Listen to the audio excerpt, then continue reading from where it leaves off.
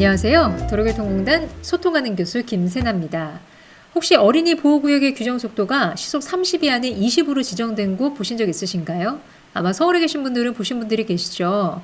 서울시에서 도로폭이 좁아서 보도를 설치할 수 없는 스쿨존의 이면도로의 제한 속도를 기존 30에서 20으로 하향하는 서울형 스쿨존 사업을 시행하고 있는데요.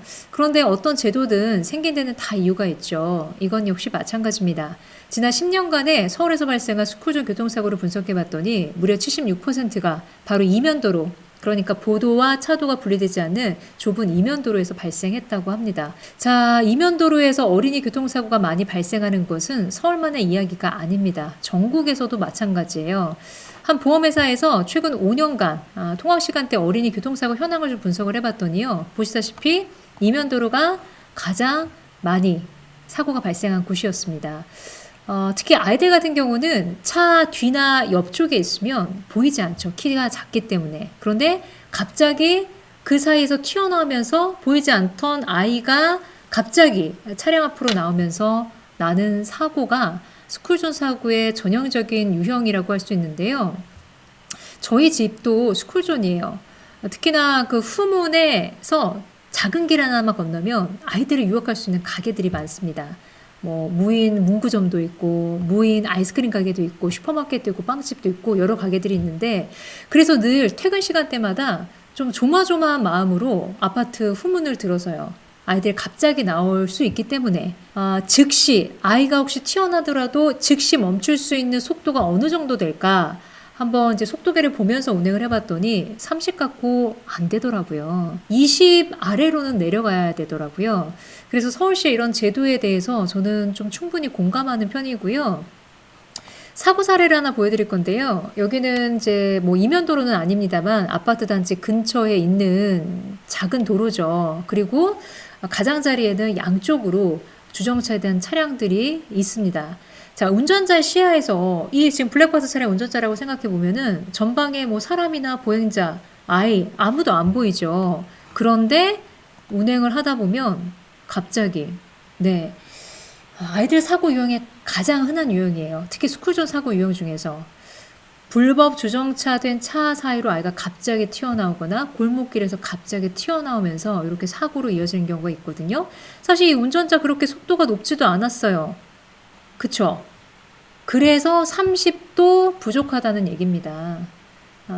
그래서 서울시에서 시속 20km 이하로 규정속도를 제한하는, 하향하는 정책을 펼치고 있는 거고요. 특히 스쿨존이나 주택가 가면 노란 차들 많이 보이죠. 이 노란 차들 바로 어린이 통학버스입니다. 어린이 보호 차량, 학원 차량도 있고 학교 버스도 있고 하죠. 보시면 저 전방에도 노란 버스가 2대나 보이죠. 근데 좀 진행해 보면은 좌측에 있는 이 노란 버스가 깜빡 하고 있어요. 이건 무슨 뜻일까요? 아이가 타고 내리고 있다는 뜻입니다. 이때는 어떻게 지나가야 될까요? 선생님들이 만약에 내가 이 차를 운전하고 이 블랙박스 차량 운전하고 있고 이 주변 상황이 이렇다. 노란 버스가 2대 보이고 한 대는 깜빡 거리고 있다.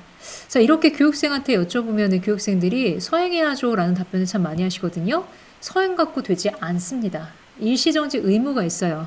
어린 통학버스가 정차해서 전멸등을 깜빡 점등하고 있을 때 일시정지 의무가 도로교통법 51조에서 규정하고 있는데요. 자, 이 블랙박스 차량 운전자, 사실 이 어린이 통학버스에 대해서 별다른 주의를 기울이지 않고 쭉 통과를 했는데요.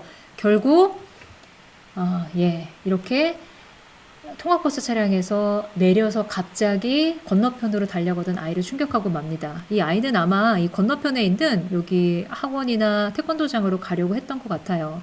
자, 어린이 통학버스 특별보호법에 대해서 잠깐 정리를 좀 해보겠습니다. 일단 통학버스가 정차한 상태로 전멸등을 작동하고 있다면 뒤에 있는 차량은 무조건 일시정지 하셔야 돼요. 뒤에 있는 차량뿐만 아니라 옆 차로에 있는 차량도 일시정지 하셔야 됩니다. 따라서 왕복 2차로 도로라면 뒤 차량뿐만 아니라 반대편 차로에 있는 차까지 일시정지 하셔야 된다는 거예요. 왜 일시정지 해야만 하는 이유에 대해서는 좀 전에 보여드린 사고를 통해서 잘 깨달으셨을 거라고 믿습니다. 아이들이 차에서 내려서 갑자기 앞이나 뒤로 튀어나가는 경우가 많기 때문에 그래서 일시정지 의무가 있는 거고요. 위반 시 벌점 범칙금 셉니다. 벌점이 30점이에요. 우리나라 운전면허 정지 점수가 40점부터인데 이거 한 번만 적발이 돼도 벌점이 30점. 그리고 범칙금으로는 승용차 9만 원, 승합차 10만 원의 범칙금이 부과가 됩니다. 자, 그래서 선생님들 특히 스쿨존에서 주정차된 사이로 갑자기 튀어나오는 아이들 그 무엇보다도 더 주의하셔야 되고요.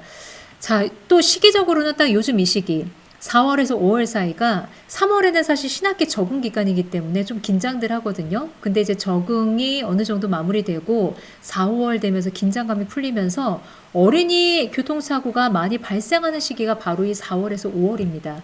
그래서 물론 어린이 보호구역 지나실 때는 그 다른 어느 지역보다도 더 조심하셔야 되는 거는 맞지만 4월 지금 이 시기에 더 특히 주의해 주십사 당부드리고 싶고요. 자, 민식이법이라고 들어보셨을 겁니다. 지난 20년 3월에 어린이 보호구역의 안전이 강화돼서 기본적으로 어린이 상해 사망사고 스쿨존에서 유발하시면 특정범죄 가중처벌법에 의해서 굉장히 엄하게 처벌됩니다.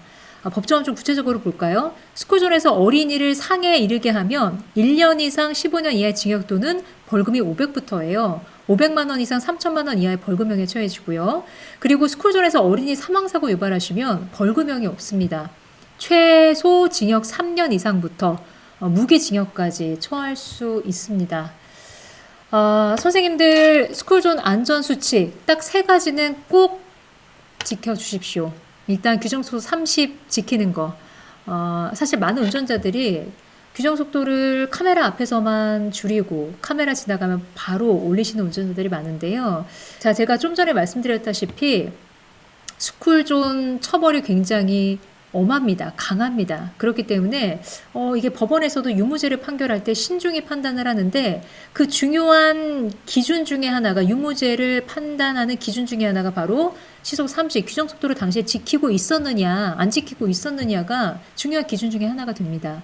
그래서 반드시 아이들의 안전을 위해서 갑자기 튀어나오는 아이들이 있을 수도 있기 때문에 시속 30 카메라가 있든 없든 지켜주시고 또 일시정지 기본적으로 22년 7월부터는 신호등 없는 횡단보도 특히 어린이 보호구역에서는 무조건 일시정지하라고 법이 개정이 됐습니다. 신호등 없는 횡단보도나 그리고 불법 주정차된 차들이 많아서 시야 확보가 제대로 안 되는 곳에는 일시정지 하시면서 조심히 통행해 주시고 그리고 마지막으로 사실 스쿨존에서 또는 이면도로에서 불법 주정차된 사이에서 사람이 갑자기 튀어나오면서 아이가 튀어나오면서 발생하는 사고 유형이 굉장히 많기 때문에 특히나 스쿨존 주변은 학부모들이 아이들을 내려주고 태워주는 그 특정 P로 지정된 공간 외에는 다 그 주변이 주정차 금지 구역입니다. 따라서 스쿨존 주변에서는 불법 주정차하는 일 없도록 부디 신경 잘 써주시길 부탁드리겠습니다. 자, 선생님들 저희 도로교통법에서 선생님들 질문 받고 있습니다. 오셔서 여기 커뮤니티 탭을 클릭하시면요 질문 남겨주실 수가 있거든요. 댓글로 질문 남겨주시면 제가 이렇게 1대1로 반드시 대댓글을